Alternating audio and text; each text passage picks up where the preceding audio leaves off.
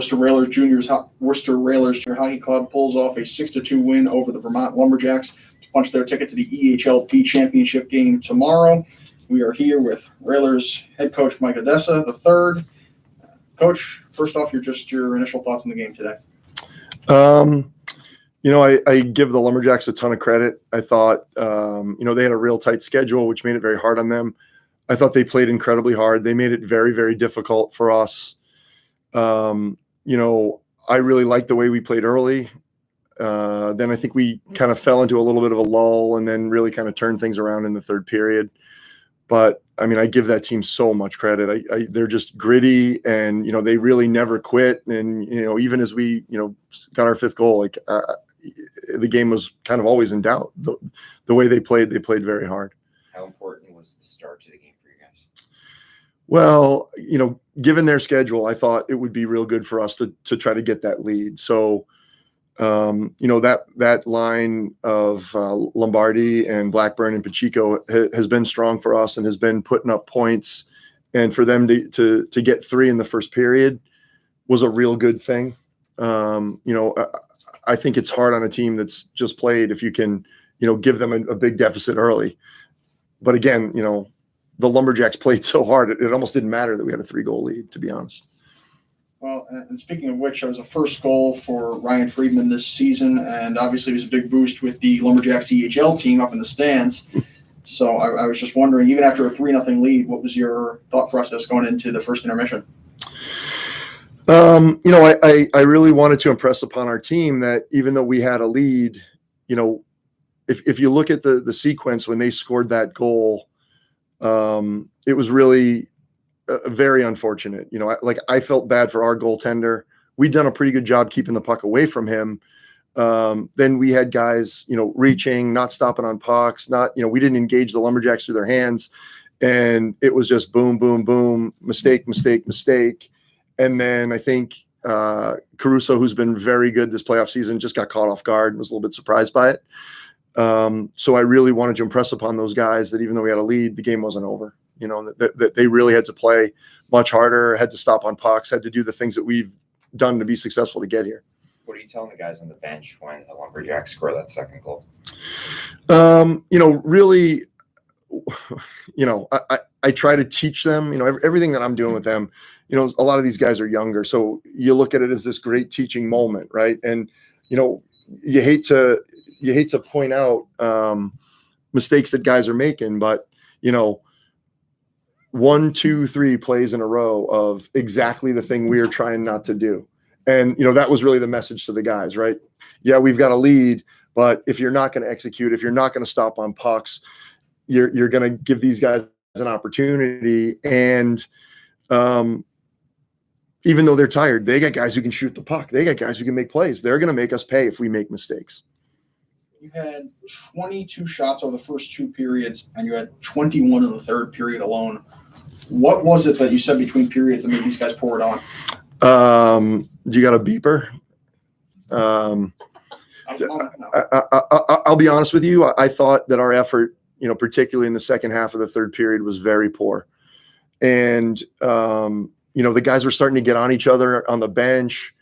There was a little bit of disharmony and really the message between periods was really put the team first, put your egos in check, stop thinking about scoring points, go back to doing the things that we've done to be successful. And really for us, what that's about is playing a high pressure game, playing with a lot of intensity, playing the lines and winning races to loose pucks. And I think you sort of saw, particularly early in the third period, we won races to loose pucks. We were getting to every loose puck. We really took advantage of the Lumberjacks being tired and, beat them to every loose puck, I thought, which, helped us generate the shots. What things are they going to have, or your boys going to have to do, in which you're going to need the bleeper going into tomorrow's game? Well, I hope I'm not getting the bleeper, that's for sure. I watched the 87s play. They're incredibly well coached. They're a disciplined team. They're skilled. They're big. They're strong. They can skate. we're going to have to be at our absolute best. And I don't think the way we played today is going to be good enough to beat them tomorrow. That's for sure. So it's really, keeping the game simple, tightening up the little things, so many of the things that we do are about keeping it simple, attacking, moving the puck north, winning those races to lose pucks. And really, every time we play a guy, engage him through his hands, make it hard for him to make a play. Coach, last question for me. How excited are you for this group? And win or lose tomorrow, what are you going to remember most about this team? That's funny. Oh, get a little emotional thinking about that. It's really exciting. It's very exciting for us. Break 2 or 3 different times when we had COVID outbreaks, but we sort of stayed together as a team, which was, very, very important for us. We have a very good group in that locker room. For us, it was a real accomplishment to beat the Rangers 2 out of 3. I mean, the Rangers are terrific. Really took everything we had, and it was a comeback win. So, to get here was like a really exciting journey for us. We had to go to game 3 against Walpole. We had to go to game 3 against the Rangers. And even today, I know, the final was 6-2, but, it was tooth or nail there for a while. So the team's been resilient. It's a team that has a lot of character and a team that fights back. And I'm excited for them because there's a lot of harmony in the locker room, and it's our second year in the league, and to make it to the finals in our second year is an accomplishment that I'm proud of for the group. Coach, thank you so much for your time. Thanks for having me. So now we are going to bring in Matt Pacheco.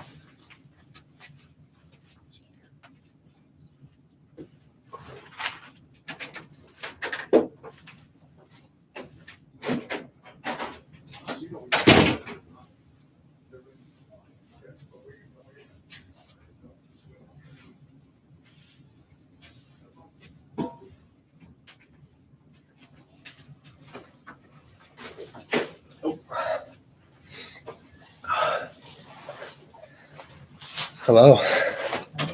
Matt, thank you so much for sitting down and taking some time to talk with us. Of course. Thank you for having me. First off, your initial thoughts on the game? I thought we played pretty well. For the first period, we came out pretty fast. I knew that their team was a little tired from the first game, so we tried taking advantage of that. And then second period, I thought we kind of let up a little bit. I think we got complacent. They got a nice goal, and then third period came back, and we just did what we needed to do to finish it off. Matt, it's a big stage here. There's a lot of eyes on you, etc. How exciting was it to just net a couple goals today? It felt great to be here in the playoffs and actually put up some points for my team and contribute. It's been a difficult year here and there, and it was just nice to get our team on the board first. Man, I was actually in the similar light. No points in 6 games. In first 6 games of this postseason, a fairly productive offensive season. What did it mean? Not just to get 1 today and just to get 1 goal, but to get 2 and just to exercise the demons in the first 5 minutes of the game. It was great. I mean, just to let the other team know that we're here to play hockey, and if you mess up, we're gonna contribute to that. And we're gonna do our best to finish it and keep finishing as much as we can. So it was nice. Can you name 2 other guys who really stood out tonight in your mind for your team? I thought Sal Caruso had a great game. I thought he made some big saves for us. And then I thought Josh Saka, our defenseman, had a very good, solid game. What does it mean in this year, in this very, very strange, odd year, to be able to get to this point? It's great. I mean, so I thought last year that we had a good chance to go to Providence, and then the season got cut short, and it was pretty disappointing, to be honest. And to have the opportunity to be here this year is amazing. It's unfinished business that we had last year, and we're taking that into this. How are you guys going to beat the 87s tomorrow? I think playing our systems perfectly and just nonstop pressure, and then playing our defensive way, make sure we have everybody covered, and just keep grinding them out. What differences do you think you need to make as opposed to your performance today? Because obviously 2 goals wasn't perfect, yeah. But what minor differences do you think you need to make in order to win that game tomorrow? I think definitely positioning. I thought my goals, I was kind of just open there and it came to me. So that was good. But I think my offensive forecheck could use a little work on getting on my man quicker so that they can't break out. And especially with a talented team like the 87s, like you gotta be on quick or else like I get by you really quick. All right, Matt, thank you so much Thank for your you. time. Thank you for having me. Tomorrow. Of course.